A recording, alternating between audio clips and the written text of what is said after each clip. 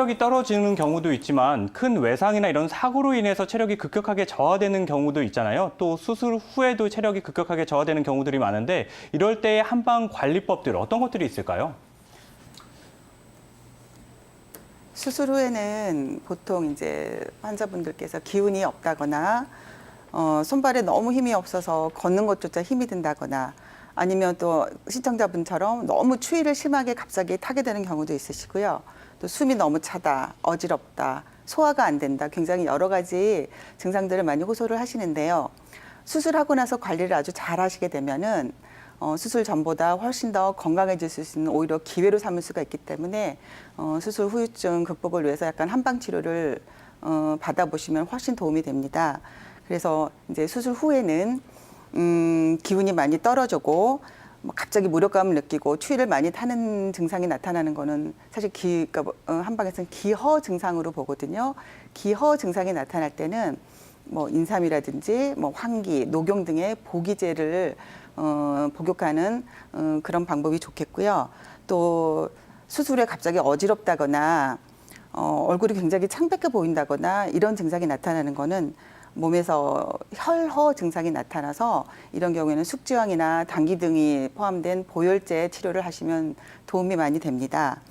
그리고 또 조금 약간 허증과는 다르게 순환 자체가 문제가 생겨서 소화장애라든지 변비 그리고 수술한 부위하고는 상관없는 부위니 통증을 느끼게 되는데 이때는 이런 경우는 기체 증상에 해당이 되기 때문에 이때는 뭐 한약 치료보다는 침 치료나 뜸 치료, 부항 치료 등을 받으면 훨씬 도움이 됩니다. 그런데 이때는 보통 통증이 있는 부위에 직접 자침을 한다거나 부항을 하는 좀 적극적인 치료보다는 전체적으로 조금 면역력을 증강을 시키고 순환을 개선시킬 수 있는 전신 치료를 들어가면 훨씬 더 도움이 되기 때문에 한방 치료를 권합니다. 일례로 지난주에 저한테 오셨던 환자분 얘기를 조금 드리면 그분은 뭐 금방 시청자분처럼 위암 수술을 하신 분은 아니셨고요. 신장 수술을 작년에 2번 정도 받으신 다음에 너무 추워가지고 온 집안은 찜질방처럼 이렇게 뜨겁게 만들어도 너무 추워가지고 아주 식구들은 집에 같이 있을 수가 없을 정도로 추위를 많이 타셨다고 그러는데 저한테 오셔서 진맥을 하러 오실 때 하루 한 번, 그다음에 약을 찾아가실 때 한 번 침치료, 뜸치료 받으셨고요. 또 제가 쓰는 면역약침 치료를 받으시고 약을 가지고 가셨어요. 경상도 분이셨는데 근데 한 일주일쯤 지나서 전화가 오셨어요. 환자분이 드디어 집에서 반팔을 입기 시작했다고. 그래서 저도 이 한방 치료가 수술 후유증에 정말 대단한 영향을 끼칠 수 있겠다 하는 자신감을 갖게 돼서 시청자분들한테도 혹시 수술 후에 이런 기허나 기체증, 혈허 이런 좀 힘든 후유증이 있으시면 꼭 한방 치료를 받으실 거를 권해드립니다. 그렇군요. 이렇게 한방 치료로 몸의 체온이 이렇게 금방 이렇게 올라왔다고 얘기를 해주셨는데요. 또 이렇게 생활요법들을 잘하면 이렇게 몸의 체온이 올라올 수 있는 방법들도 있을까요? 일단 제일 중요한 거는 뭐 모든 건강관리가 그렇듯이 규칙적인 생활관리가 제일 중요하죠. 아무래도 수술 중에는 뭐 음식물을 입으로보다는 주사로 많이 하다 보니까 위장 기능이 많이 떨어지세요. 그래서 수술하고 나서 무슨 흑염소다, 개소주다 이런 걸 조금 많이 드시는데 그게 오히려 위장 기능이 많이 저하된 상태에서는 그거를 드시면 오히려 쉽게 체하거나 많이 체하거나 혹은 변비나 설사로 너무 고생하신 분들이 많기 때문에 본인한테 맞는 위장 기능이 완전히 회복된 다음에 전문가인 한의사의 상담을 받으시고 적절한 치료를 받으시는 게 좋고요. 그다음에 규칙적인 생활에서 수술 전하고 똑같이 생활하시면 안 되고요.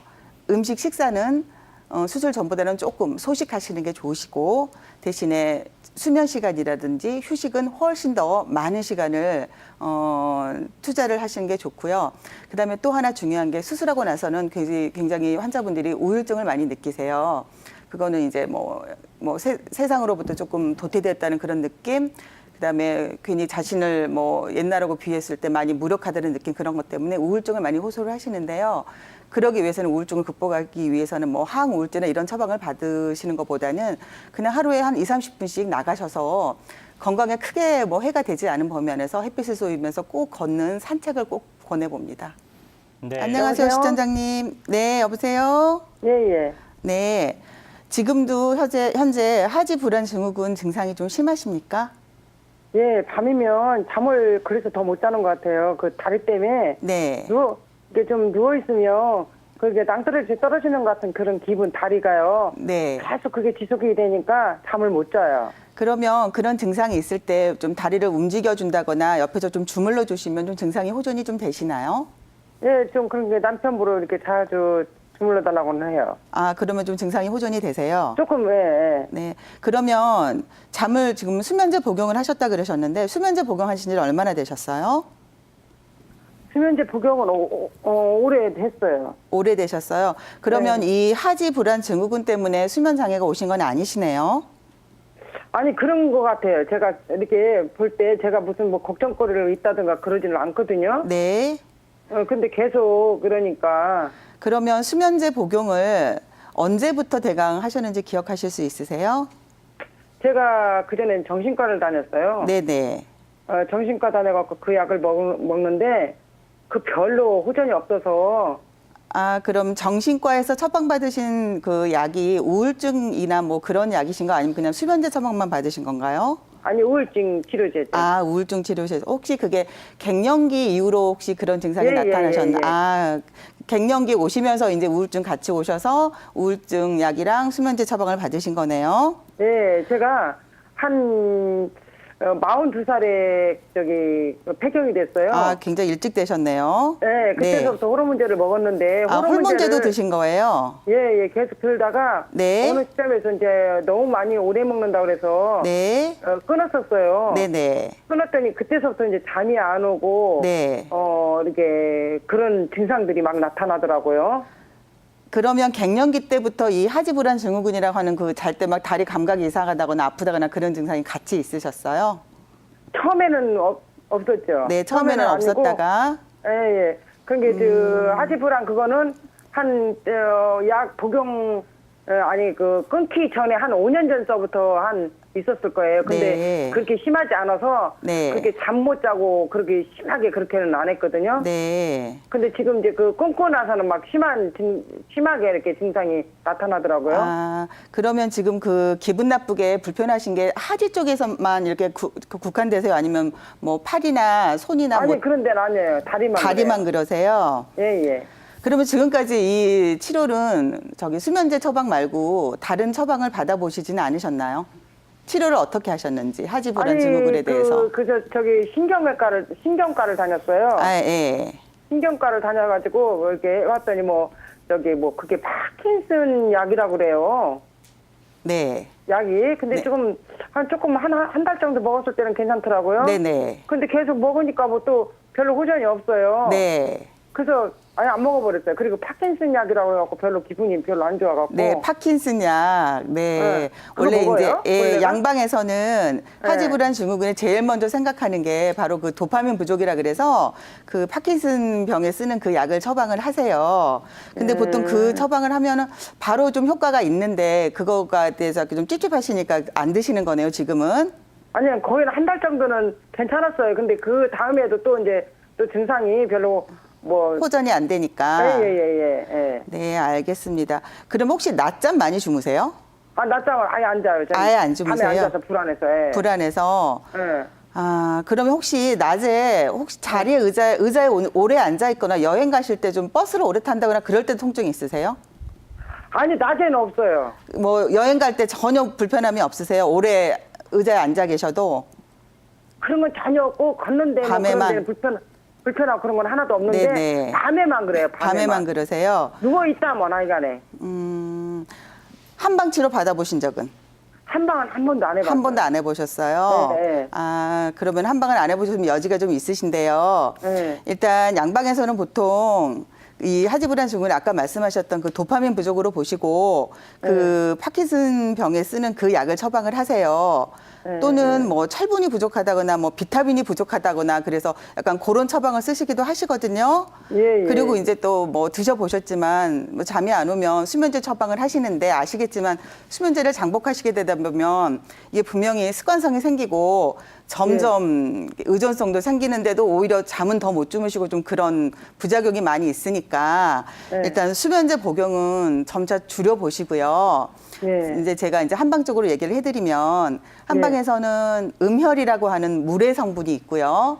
그다음에 네. 양기 혹은 뭐 불 이런 좀 양기 성분이 있는데 그게 조화를 잘 이루어서 순환이 잘 돼야 뭐 모든 뭐 생활에 문제가 없으세요. 그런데 이제 갱년기가 넘어가면서 그 여자들로 치면 자궁에 음혈이라고 하는 가장 뿌리가 되는 근원적인 어떤 그 뿌리 성분이 점점 말라가다 보니까 이게 뿌리 쪽에서 딱 이렇게 나무도 보면 뿌리가 튼튼히 이렇게 자리를 잡아줘야 나뭇 이파리까지 끝까지 잘 이렇게 양기가 쑥쑥 잘 올라가게 되는데 뿌리가 없는 상태에서는 사실 나무가 말라버리잖아요. 네, 그런 상태를 음혈은 부족하고 자궁 쪽이나 신장 쪽에 있는 음혈은 부족하고 허혈이 자꾸 뜨다 보니까 이런 순환장애가 생겨서 다리 쪽으로 정상적인 기혈 순환이 안 되다 보니까 다리에 쥐가 난다든지 시청자님처럼 이렇게 하지불안 증후군이 나타날 수가 있어요. 그래서 네. 이제 일단 증상이 조금 하지불안 증후군은 증상이 그렇게 전신으로 퍼지지 않은 걸로 봐서는 심한 편은 아니시니까 일단 가까운 한의원에 내원을 하셔서 위로 올라오는 허혈을 조금 다운시킬 수 있는 그런 침치를 조금 받으시고요. 네. 그걸로도 좀 해결이 안 되시면 한약에서는 신장이나 이런 자궁이나 이렇게 음혈을 보충하는 보음제가 있습니다. 그건 한약인데요. 그거 약을 조금 복용을 하시면 분명히 도움이 되실 거예요. 그리고 또 면역 약침이라 그래서 이거를 수승화강이라 그러는데 이 뿌리는 튼튼하게 적셔주고 위로 솟아오는 허혈은 내려주는 약간 수승화강의 치료를 받으시면 지금 시청자님이 고생하시는 하지불안 증후군과 불면증을 동시에 조금 잡을 수 있을 것 같습니다. 그래서 아직 한 번도 한방 치료를 안 해보셨으니까 반드시 가까운 한의원에 가셔서 꼭 이 치료를 받도록 하시고요. 또 하나 이제 보통 이제 시청자님께 생활 면에서 제가 좀 해드리고 싶은 말은 지금 식사나 어떻게 수면 같은 거는 규칙적으로 잘 하시나요? 시청자님? 여보세요? 네. 뭐요? 식사나 수면 그런 시간이나 뭐 그런 거를 규칙적으로 잘 하시고 계시냐고요? 뭐, 예, 식사 같은 거는 그냥 뭐, 해요. 아, 잘 하시는 편이세요? 예, 잘해요. 뭐, 못 먹진 않는데. 네. 제가 밤만 되면 무서워요. 네, 밤만 불안하고 막. 되면, 일단 밤만 되면 무서운 그게 또 스트레스로 작용을 해가지고 그게 네. 또 다른 사실 양방에서는 하지불안 증후군은 이유가 모르는 그런 걸 거의 스트레스로 원인을 보거든요.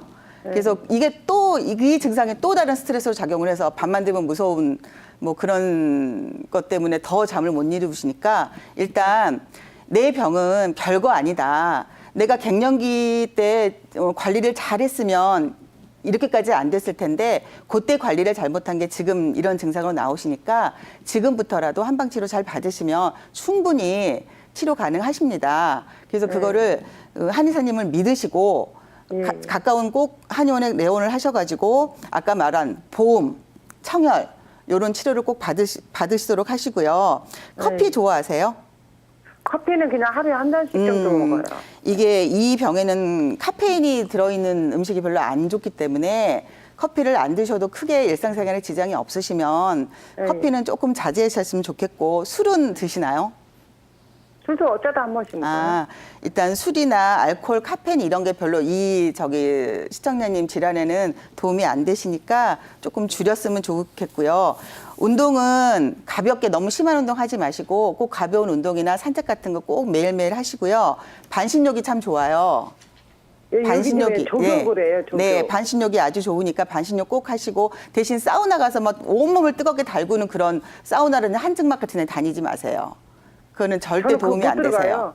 네네, 절대 도움이 안 되세요. 예, 되게 싫어해요. 네, 절대 들어가시면 안 되고 그다음에 조격은 좋죠, 조격도요. 네네, 조격도 좋습니다. 예. 네, 조격도 좋고 그다음에 사실 이 병이 화병의 일종으로 볼 수가 있어요.